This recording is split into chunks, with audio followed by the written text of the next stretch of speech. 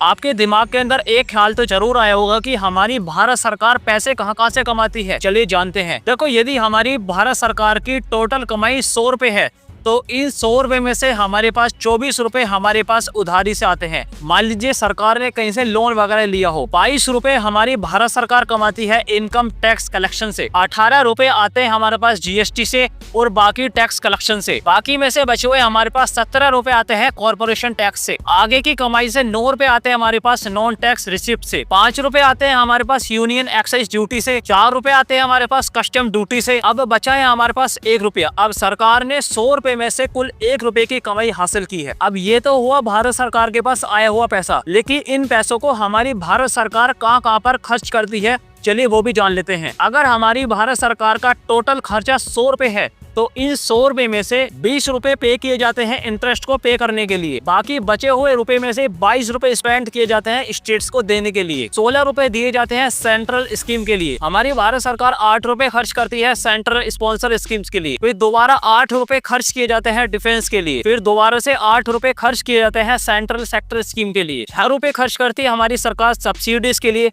4 रुपए खर्च किए जाते हैं पेंशन के लिए। अब 100 रुपए में से हमारे पास बचे हैं केवल 8 रुपए। इन 8 रुपए को हमारी भारत सरकार अलग अलग खर्चे में ले जाती है। ऐसी वीडियोस देखने के लिए इस पेज को फॉलो और चैनल को सब्सक्राइब जरूर कर लेना।